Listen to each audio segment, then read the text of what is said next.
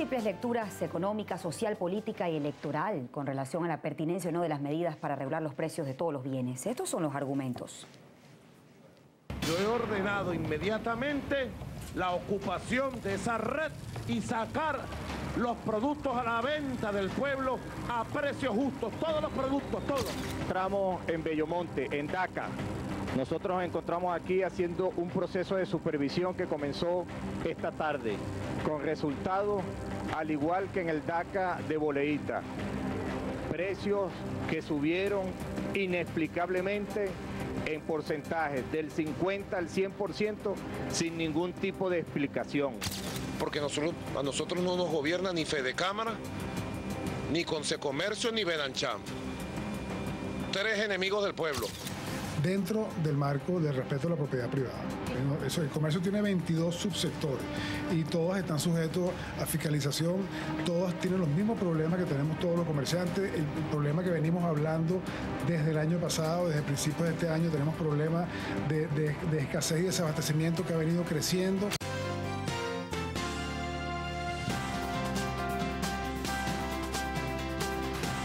Un periodismo que educa, que informa, que construye. Todos, gobierno, empresarios, consumidores, parecen tener razón y no parece haber puntos de encuentro. Mi invitado esta noche tiene la facultad de conocer a través de las cifras los puntos de vista y las realidades de todos los involucrados. Luis Vicente León, presidente de Data-Análisis, me acompaña esta noche. Buenas noches y bienvenido. Encantado de estar aquí. Por favor, un placer. Vamos a comenzar, bueno, con lo que es noticia. Todo el país está pendiente de lo que ha sucedido con relación a esta orden de bajar los precios al precio justo. De ese precio justo vamos a hablar, pero sí quiero comenzar por preguntarle por qué comenzaron con los electrodomésticos. Si no es un bien que no estaba regulado, pero además no es un bien de primera necesidad. ¿Por qué? ¿Cómo impacta la inflación los electrodomésticos? ¿Tiene un impacto importante? No. En la cesta con la que se va a calcular el índice de inflación, el impacto de los electrodomésticos es muy pequeño. Es decir, incluso aunque bajaras dramáticamente los precios en ese sector, el impacto de eso en el índice de inflación de este mes va a ser, digamos, irrelevante. Si está bien calculado el índice de inflación, que el Banco Central suele hacerlo bien. Entonces, ¿por qué regularlo? Sí, bueno, fíjate, yo quiero quizás, para contestar tu pregunta, arrancar por un tema que es muy importante, porque en Venezuela la gente suele confundir los análisis y como es una sociedad tan polarizada, si tú, por ejemplo, criticas una medida, por ejemplo, una medida de control de precios que económicamente ha sido demostrada en toda la historia de la humanidad, la historia económica, se estudia por todos los casos y sabemos que un control de precios no resuelve el problema de inflación, sino que lejos de eso puede incluso complicar más y generar más distorsiones. Yo quiero arrancar al revés, porque normalmente si yo te digo esto, hay un montón de gente que empieza a pensar, entonces está defendiendo unos especuladores y unos acaparadores y unos contrabandistas de extracción que están haciendo barbaridades en contra del pueblo.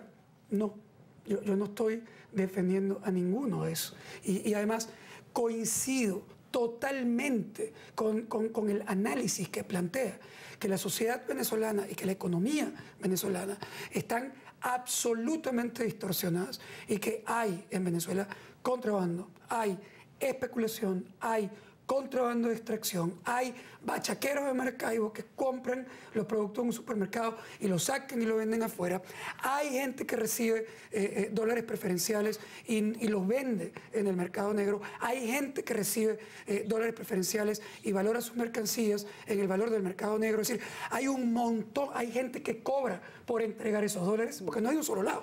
Y además, todo esto no ocurre solamente en el sector privado que importa, ocurre también en los actores que importan para el Estado, donde también hay corrupción, donde también hay especulación, donde también hay distracción y contrabando. Claro, pero no se pregunta si estos son las causas o las consecuencias de una política cambiaria. Ahí está el tema. Es decir, estando totalmente de acuerdo y por supuesto que no estoy justificando para nada a nadie que está haciendo esa operación, la diferencia de fondo es la interpretación de la causa, es decir, ¿qué ocasiona eso.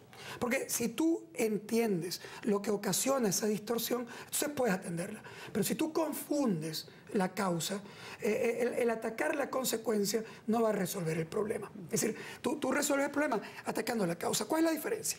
Si tú analizas el discurso oficial, el discurso del presidente Maduro, es decir, ¿cuál es la razón que el presidente Maduro intuye o piensa o cree que explica todo esto que está ocurriendo? Él cree, bajo lo que ha dicho públicamente, que el problema es que hay una confabulación, una guerra económica en contra de él, en contra del gobierno, que busca desestabilizar políticamente al gobierno del presidente Maduro, y que están haciendo todas estas cosas para tumbarlo, para desestabilizarlo, para crear zozobra en el país.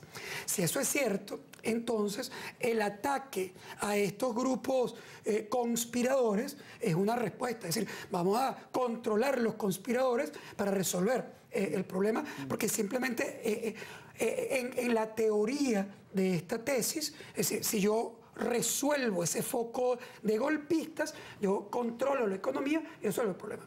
Ahora, si el problema no es ese, y yo, por ejemplo, considero, opino, y en democracia tampoco estoy diciendo que yo tenga el monopolio de la verdad, pero no es solo mi opinión, sino la opinión de la mayoría de los economistas en el país, pero además la mayoría de la historia económica y de la ciencia económica, lo que te dice es que, a ver, si tú tienes un tipo de cambio oficial a 6.30 bolívares por dólar, que lo tienes, a ver, absolutamente sobrevaluado. ¿Qué significa eso? Que es muy barato. Sí, fíjese, yo ahí lo atajo.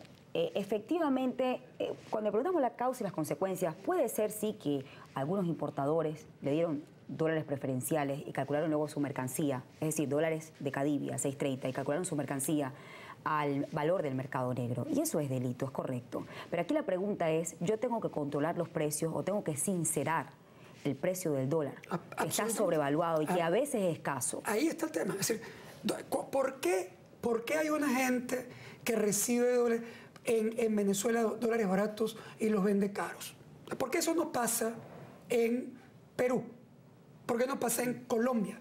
¿Por qué no pasa en Nicaragua o en Ecuador, que son, digamos, cercanos a la revolución bolivariana? ¿Por qué no pasa? Bueno, no pasa porque en ninguno de esos países hay la entrega de divisas oficiales a un precio absurdamente bajo, que evidentemente genera una sobredemanda de esa divisa. ¿Y por qué es barato? Olvídate de la teoría. Si yo me paro, Shirley, aquí al frente de Globovisión, y digo, hey, vengan acá, yo voy a vender un fajo de dólares a 6.30. ¿Qué crees tú que va a pasar? Es decir, que va a haber una cola infinita de gente que quiere esos dólares a 6.30. ¿Por qué los quiere? Ah, porque tiene un precio justo. No, lo quiere porque es barato.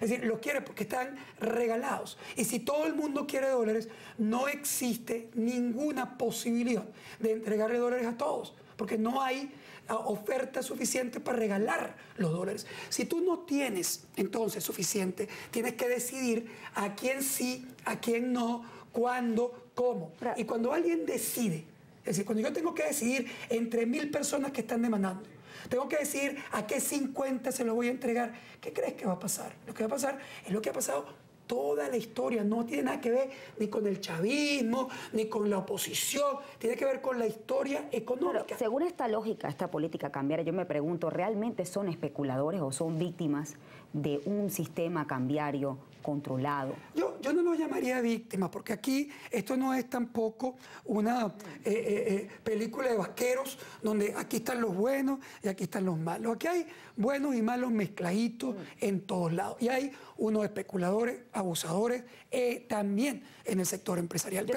Pero en verdad lo que están es tomando ventaja de una distorsión que creó la política cambiaria. Entonces, ¿cómo resuelves el problema? Es decir, a mí me gustan las cosas simples. Es decir, si tú dices que en Venezuela los empresarios todos son una cuerda de especuladores y acaparadores y que esa es la responsabilidad de la crisis, tú me tienes que explicar a mí por qué eso no ocurre en Colombia, por qué no ocurre en Perú, por qué no ocurre en Nicaragua. Porque el empresario al que tú estás acusando opera en todos esos países. ¿Qué es lo único distinto entre Venezuela y esos países? ¿El empresario o la política de control extremo y absolutamente primitivo que tú estás estableciendo? Yo tengo que hacer una pausa, pero sí quiero quizás percibir, según sus cifras o según su análisis, cuál es la percepción que tiene el empresario ante estas medidas y el consumidor venezolano. ¿Las ha recibido con beneplácito? Eso que le va a responder al regreso. Hacemos una pausa y ya volvemos.